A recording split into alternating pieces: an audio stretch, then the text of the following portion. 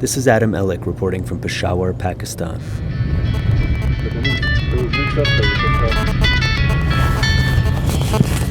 Hello. No, I don't have beer on me now. I'll see what I can do. It's 8 p.m., and the man driving's involved in a dangerous and illegal trade that's thrived for 40 years in Islamic Pakistan. I have a whiskey business. I supply this. There's a big threat in it. First, because it's against Islam. And there's a big threat from the police. I'm not happy about doing this business. The police and the Taliban share a tense presence along these roads. Both groups have recently cracked down on alcohol, making this city beside the tribal areas the most dangerous place in Pakistan to be a bootlegger. Although I agreed not to show the driver's face, he's still terrified of my camera. He's putting it in my face, and I have small kids. I just want you to know that. Alcohol's been illegal since the 1970s. But the country's ripe with contradictions. Many elite politicians, including former President Pervez Musharraf, are known for their love of whiskey. In 1977, Pakistani Prime Minister Zulfikar Ali Bhutto famously admitted to drinking before saying, "At least I don't drink the blood of the people."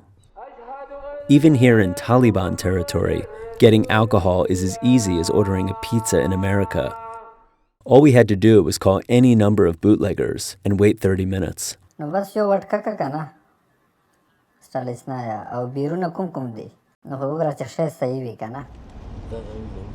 Just over the mountain from Peshawar are the lawless tribal areas. This area is kind of touching Afghanistan.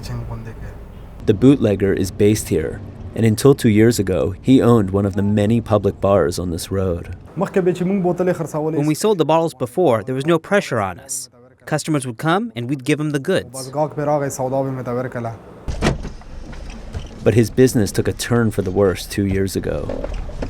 After the Taliban strengthened their power, they shut down the bars while allowing the continued sale of arms and hashish. Most bootleggers quit, and those who remained, like this man, were forced into a riskier business: delivery, a few bottles at a time. Now, with one single bottle, the tension is more, and business is also harder, in Peshawar and in the outside areas, everywhere. Inside this rented house, the bootlegger explains that the bottles come from two main sources: employees at foreign embassies in Afghanistan and Pakistan who sell it secretly, and from Pakistan's minority Christian population. They're allowed to purchase small quotas of alcohol with an ID card. The bootlegger hires motorbike drivers to shuttle the bottles past police checkpoints that divide the tribal areas and Peshawar. Once in the city, he hides the bottles inside the door panel. This part is opened, the window is already up, and they put it in here. Then he personally delivers the goods.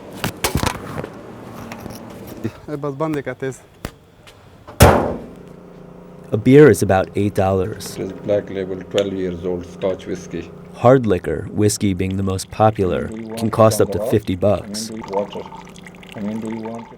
This man earns about $4,000 a year, 7 times the average Pakistani salary.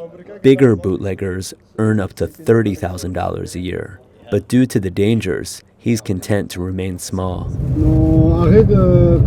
When we get a big order, we're not happy about it, because the chances of getting caught are higher. If you're lucky, getting caught means a $350 fine or a police bribe. But some cases can be fatal, like when motorbike drivers refuse to stop at police checkpoints. Police killed a lot of people, and they fired at them. And our friends who died, the police claimed they had bombs and other things. But in fact, all they had was alcohol. The Taliban, meanwhile, are even more harsh than the police. A Taliban vehicle comes and suddenly stops. If they catch the store owner or see a dealer walking around, they'll just put him in a car and kill him. And customers who drink the alcohol are also under threat. I would never tell my parents that I drink. Never ever. It's considered a sin here, as is adultery. This man is a young, highly educated professional who drinks regularly. He would only talk about it in the confines of his car. We were a tolerant society perhaps for a while, which we are unfortunately not now. He drove me around the most wealthy neighborhood in Peshawar.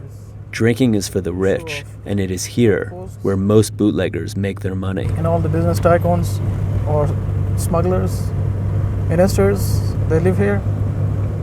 He's frustrated by the contradictions in Pakistan. I call Pakistanis all the time carrying dual standards. The government elite, they can do whatever they feel like, but the masses, they have to be caged in those rules and those constitutions, and those sometimes religion is used as a pretext. But people do find outlets for themselves, and Peshawar is no exception.